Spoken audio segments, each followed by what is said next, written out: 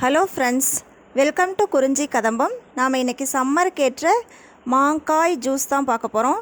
மாங்காயில் ஜூஸா அப்படின்னு யோசிக்காதீங்க. நார்த் இந்தியாவில் ரொம்ப ரொம்ப ஃபேமஸான ஜூஸ் இது. ஆம் பன்னா அப்படின்னு கேள்விப்பட்டிருப்பீங்க இல்லையா? அப்படின்னா ஆம் அப்படின்னா மாங்காய் இல்லைன்னா மாம்பழம் சொல்லுவாங்க. அதில் பண்ணுற ஜூஸ் தான் இது, மாங்காயில் பண்ணுற ஜூஸு. யூஸ்வலாக பார்த்திங்கன்னா நம்ம சவுத் இந்தியாவில் சம்மர் டைமில் மாங்காய் நிறையா கிடைக்கும். அப்போ நம்ம ஜூஸ் போட மாட்டோம். யூஸ்வலாக மாங்காயில் லைட்டாக உப்பு போட்டு சாப்பிட்ற பழக்கம் உண்டு.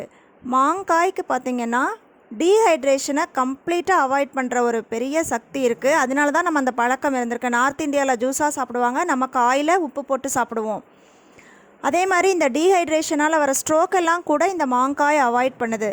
மாங்காய் சாப்பிடும்போது இந்த சம்மர் டைமில் வர்ற ஸ்டொமக் அல்சர்லாம் கூட நல்லாகுதுன்னு சொல்கிறாங்க. அதே மாதிரி இந்த விட்டமின் சி ரொம்ப இருக்கிறதுனால ஸ்கர்வி அப்படிங்கிற நோயெல்லாம் கூட இது க்யூர் பண்ணுதுன்னு சொல்கிறாங்க. அப்படிப்பட்ட மாங்காய் ஜூஸ் எப்படி போடுறதுன்னு பார்க்கலாம் வாங்க. இன்றைக்கி நான் இதுக்கு ஒரு மாங்காய்ன்னு சொல்லுவாங்க இல்லையா, அப்படி நீளமாக ஒரு மாங்காய் இருக்கும், அந்த மாங்காய் எடுத்திருக்கேன். உங்ககிட்ட அந்த மாங்காய் கிடைக்கல உங்கள் சைடு அப்படின்னா நீங்கள் எந்த மேங்கோ, அதாவது பச்சை மாங்காய் எடுத்துக்கலாம், பழுக்காததாக இருக்கணும். ஸோ இந்த மாதிரி மாங்காய் எடுத்துகிட்டு இந்த மாங்காயை வேக வச்சு தான் நம்ம இந்த ஜூஸ் பண்ண போகிறோம்.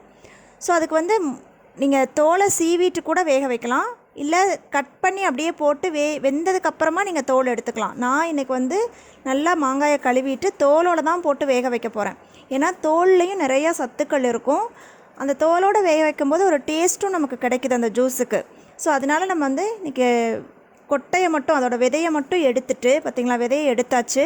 விதையில் இருக்கிற பல்பெல்லாம் கூட கட் பண்ணி எடுத்துட்டு தோலோடு இன்றைக்கி குக்கரில் போட்டு தண்ணி ஊற்றி வேக வைக்க போகிறோம். ஸோ இப்போ மாங்காயெல்லாம் குக்கரில் போட்டாச்சு. ஒரு பெரிய மாங்காய்க்கு நான் ஒரு 2 கப் தண்ணி ஊற்றிருக்கேன். நீங்கள் ஒரு 3 கப் கூட ஊற்றிக்கலாம். ரொம்ப நிறையா ஊற்றக்கூடாது. 2லேருந்து 3 கப் தண்ணி ஊற்றி ஒரு 3 விசில் மீடியம் ஃப்ளேமில் வச்சு ஒரு 3 விசில் விட்டு எடுத்துக்கலாம். நான் 3 விசில் விட்டு எடுத்து ப்ரெஷரும் போயிடுச்சு. இப்போ ஓப்பன் பண்ணி பார்க்கலாம். பார்த்திங்கனாலே தெரியும், அப்படி நல்லா குழகுழன்னு மாங்காய் வெந்துருச்சு. பார்த்தீங்கன்னா மாங்காய் அப்படின்னே யாருனாலையும் சொல்லவே முடியாது, அந்தளவுக்கு இருக்கும். ஸோ இப்போ என்ன பண்ணலான்னா நம்ம இது எல்லாத்தையும் ஒரு பிளேட்டுக்கு ட்ரான்ஸ்ஃபர் பண்ணிக்கலாம். அது மெயினாக அந்த தோலோடு போட்டிருக்கோம் இல்லைங்களா, அதை மட்டும் ஃபஸ்ட்டு எடுத்து நம்ம ஆற வச்சுக்க போகிறோம். ஏன்னா அப்போ தான் அந்த தோலில் இருக்கிற பல்ப்பை எடுக்க முடியும். நமக்கு தோல் தேவை கிடையாது, தோலை தூக்கி போட்டுற போகிறோம். உங்களுக்கு இந்த மாதிரி ப்ராசஸ் பண்ணுறது ரொம்ப கஷ்டம்னு ஃபீல் பண்ணிங்கன்னா நீங்கள் முதல்லையே தோலை சீவிட்டு அப்புறமா வேக வச்சுக்கலாம். பட் டேஸ்ட் வைஸ் பார்த்திங்கன்னா தோலோடு போடும்போது தான் டேஸ்ட்டு நல்லாயிருக்கு, தோலில் இருக்க சத்துக்களும் நமக்கு கிடைக்கும். ஸோ இப்போ நான் எடுத்து ஆற வச்சுக்க போகிறேன். இப்போ நல்லா ஆறிடுச்சு. இப்போ நீங்கள் ஒரு கையால் அப்படி இதை மாங்காய் தோலை பிடிச்சிக்கிட்டு ஒரு ஸ்பூன் வச்சு இந்த மாதிரி இப்படி எடுத்திங்கன்னா அந்த பல்பெல்லாம் தோல்லேருந்து வெளியில் வந்துடும். ஸோ ஈஸியாக நம்ம எடுத்துடலாம். ஸோ இப்போ பல்பெல்லாம் எடுத்து வச்சுக்கலாம். அதே மாதிரி நம்ம ஆல்ரெடி அந்த மாங்காய் வேக வச்சதும் இருக்குது, எல்லாமே நல்லா ஆறிடுச்சு. இப்போ இதிலேருந்து எடுக்கிற பல்ப்பு அந்த மாங்காய் எல்லாத்தையும் நம்ம மிக்சியில் போட்டு நல்லா கிரைண்ட் பண்ணிக்க போகிறோம். ஸோ இது எல்லாத்தையுமே மிக்சி ஜாரில் போட்டு நல்லா அரைச்சிக்கலாம். இப்போ பார்த்தீங்கனாலே உங்களுக்கு டிஃப்ரென்ஸ் தெரியும். இப்போ வேறு மாதிரி இருக்குல்லையா, அரைச்சதுக்கப்புறம் கூழ் மாதிரி தெரியும். அதாவது அதில் இருக்கிற அந்த நார் எல்லாமே நல்லா அரைப்பட்டுரும். பார்த்தீங்கனாலே உங்களுக்கு டிஃப்ரென்ஸ் தெரியும். ஸோ இப்போ இது என்ன பண்ணலான்னா நம்ம வடிகட்டிக்க போகிறோம். ஜூஸ் வடிகட்டுவோம் இல்லையா, அந்த மாதிரி ஒரு ஃபில்டரில் வடிகட்டிக்கலாம். ஸோ இதை ஊற்றிட்டு லைட்டாக தட்டினீங்கன்னா அது வடிஞ்சிரும், இல்லை ஸ்பூன் வச்சு கலக்கலிங்கனாலும் வடிஞ்சிரும்.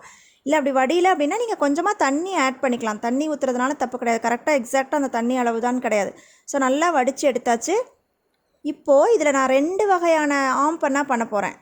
ஸோ ஃபஸ்ட்டு என்ன பண்ண போகிறோன்னா, இது காமனாக உப்பு, ஒரு 1/2 டீஸ்பூன் உப்பு, 1/2 டீஸ்பூன் மிளகுத்தூள், 1 டீஸ்பூன் அளவு வறுத்து பொடித்த சீரகத்தூள். வெறும் நார்மலாக சீரகத்தை போடக்கூடாது, நல்லா ட்ரை ரோஸ்ட் பண்ணிவிட்டு அதை பொடி பண்ணி வச்சுருப்போம் இல்லையா, இல்லைன்னா பொடிச்சிக்கோங்க. அந்த சீரகத்தூள் 1 டீஸ்பூன் அளவு இந்த அளவுக்கு போட்டிருக்கேன். இப்போ இந்த பல்ப்பு மட்டும் பார்த்திங்கன்னா எனக்கு ஒரு 2 கப்புக்கு மேலே இருக்குது, அதுக்கு இந்த அளவு போட்டிருக்கேன். இதை முதல்ல நல்லா கலந்து எடுத்துக்கிட்டு இதை 2ஆக டிவைட் பண்ண போகிறோம்.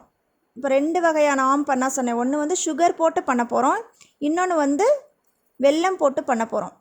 யூஸ்வலாக சுகர் தான் போடுவாங்க, சுகர் நல்லது இல்லைங்கிறனால வெல்லம் சேர்த்துக்கிறோம். ஸோ 1 கப் அளவு பல்ப்புக்கு நான் ஒரு 1/2 கப் அளவு வெள்ளை சர்க்கரை சேர்த்துருக்கேன். அதை நல்லா கலந்துக்கலாம், தனியாக இருக்கட்டும். அதே மாதிரி மீதி இருக்கிறதுல ஒரு 1/2 கப் அளவு பொடித்த வெல்லம். இது ஆர்கானிக் வெல்லம் அப்படிங்கிறனால டைரெக்டாக சேர்த்துட்டேன். நீங்கள் ஆர்கானிக்காக இல்லைன்னா நீங்கள் வெல்லத்தை தண்ணியில் கரைச்சி ஃபில்ட்ரு பண்ணி அப்புறமா இதில் சேர்த்துக்கணும். நிறையா தண்ணி ஊற்றக்கூடாது, அளவாக தண்ணி ஊற்றிக்கணும். இப்போ எல்லாமே நல்லா கலந்து வச்சாச்சு. வெல்லமும் கரைஞ்சிருச்சு, சர்க்கரையும் கரைஞ்சிருச்சு. இது எப்படி சர்வ் பண்ணோம் அப்படின்னா, ஒரு டம்ளரில் எடுத்துகிட்டு நீங்கள் ஒரு 2 டேபிள் ஸ்பூன் அளவு ஊற்றிக்கணும். இந்த பல்ப்பை ஊற்றிட்டு ஐஸ் க்யூப்ஸ் போட்டுட்டு தண்ணி ஊற்றணும். இல்லை டைரெக்டாக நீங்கள் ஐஸ் வாட்டரே கூட ஊற்றலாம். இல்லை ஐஸ் வேண்டாம்னா நார்மல் வாட்டர் கூட நீங்கள் ஊற்றி குடிக்கலாம். இது இமீடியட்டாக தான் குடிக்கணும்னு கிடையாது. நம்ம இந்த பல்ப்பை வந்து செஞ்சிட்டோம் அப்படின்னா இதை வந்து ஒரு பாத்திரத்துலேயோ இல்லை கண்ணாடி பாட்டிலையோ போட்டு ஃப்ரிட்ஜில் நீங்கள் வச்சுட்டிங்கன்னா 15 டேஸ் கூட இது கெட்டு போகாது. ஸோ இந்த சம்மர் டைமில் உங்களுக்கு எப்போ கூல்ட்ரிங்க்ஸ் வேணுமோ இல்லை வீட்டுக்கு யாராவது கெஸ்ட்டு வராங்களோ அப்போ வந்து டக்குன்னு எடுத்து இந்த பல்ப்பு கொஞ்சம் போட்டு தண்ணி மட்டும் ஊற்றி மிக்ஸ் பண்ணி கொடுத்தீங்கன்னா ஈஸியாக இருக்கும். குழந்தைங்களுக்கு சொல்லி கொடுத்துட்டிங்கன்னா இதை செஞ்சு வச்சுட்டிங்கன்னா குழந்தைங்களே செஞ்சு கூட குடிச்சுக்குவாங்க. ரொம்ப ரொம்ப நல்ல ஒரு ஹெல்த் ட்ரிங்க்குன்னு சொல்லலாம். இந்த பல்ப்புடைய அளவு பார்த்திங்கன்னா நான் 2 டேபிள் ஸ்பூன் சொல்லியிருக்கேன் ஒரு கப் தண்ணிக்கு. நீங்கள் அது வந்து வேரி ஆகும். உங்கள் பல்ப்பு வந்து கொஞ்சம் புளிப்பாக இருக்குன்னா கம்மி பண்ணி போட்டுக்கோங்க. புளிப்பு இல்லை அப்படின்னா கொஞ்சம் அதிகமாக போட்டுக்கலாம். ஸோ உங்களுடைய சுவைக்கு ஏற்ப நீங்கள் அந்த குவான்டிட்டியை வந்து மாற்றிக்கோங்க. உங்கள் தண்ணியுடைய அளவுக்கு தகுந்த மாதிரி இந்த சுவைக்கு தகுந்த மாதிரி இதை மாற்றி நீங்கள் யூஸ் பண்ணிக்கோங்க. இப்போ சர்க்கரையோடைய அளவு வந்து உங்களுடைய பல்ப்போட மாங்காயோடைய புளிப்புத்தன்மையை பொறுத்து மாறுபடும். இந்த அளவே போட்டு புளிக்குது அப்படின்னு சொன்னிங்கன்னா இப்போ சர்க்கரை பத்தாமல் இருக்கும். அந்த மாங்காயோடைய தன்மைக்கேற்ப சர்க்கரையோடைய அளவை மாற்றிக்கோங்க. அதே மாதிரி மாங்காய் ரொம்பவே புளிப்பாக இல்லை அப்படின்னா லைட்டாக லெமன் ஜூஸ் பிழிஞ்சிக்கலாம். அப்போ இன்னும் கொஞ்சம் நல்லாயிருக்கும். ரொம்ப புளிப்பே இல்லாத மாங்காய்னா லெமன் ஜூஸ் போட்டுக்கலாம். ஸோ இந்த சூப்பரான aam panna with sugar and with jaggery கண்டிப்பாக எல்லாருமே ட்ரை பண்ணி பாருங்கள். ட்ரை பண்ணி பார்த்துட்டு எப்படி இருந்ததுன்னு உங்கள் ஃபீட்பேக்கை கமெண்ட்டில் சொல்லுங்கள். பிடிச்சிருந்ததுன்னா லைக் பண்ணுங்கள், ஷேர் பண்ணுங்கள், மறக்காமல் நம்ம சேனலுக்கு சப்ஸ்கிரைப் பண்ணுங்கள். தேங்க்ஸ் ஃபார் வாட்சிங். வாழ்க வளமுடன்.